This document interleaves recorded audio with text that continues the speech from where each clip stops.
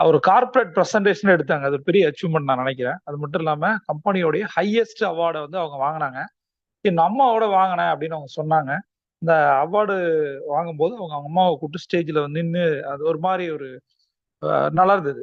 But அது கொஞ்ச நாள்ல அவங்க அம்மா இறந்துட்டாங்க. இப்ப அவங்க அம்மாவுக்கு செஞ்ச கடைசி ஒரு பெரிய அச்சீவ்மெண்ட், அவங்களுக்கு கொடுத்த மிகப்பெரிய சந்தோஷம் அந்த அவார்டு. அவார்டுன்றது நம்ம வாங்குறது ஒரு அவார்டு. நீல் ஆம்ஸ்ட்ராங் சொன்னதுதான்.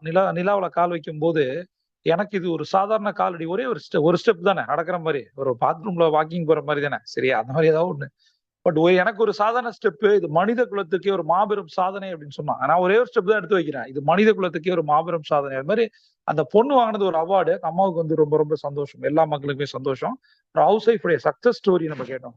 ஆல்மோஸ்ட் வந்து 5 பேரோட டெஸ்டிமோனியோட நம்ம ஆரம்பிக்கிறோம். இன்னைக்கு நம்ம என்ன டாபிக் வந்து ஷேர் பண்ண போறோம் அப்படின்னா, டீம் பில்டிங் ஸ்ட்ராட்டஜி சொல்லி தரணும்னு எனக்கு ஆசை ரொம்ப நாளா. டீம் பில்டிங், ஏன்னா டீம் பில்டிங் ஈக்குவல் டு ஒரு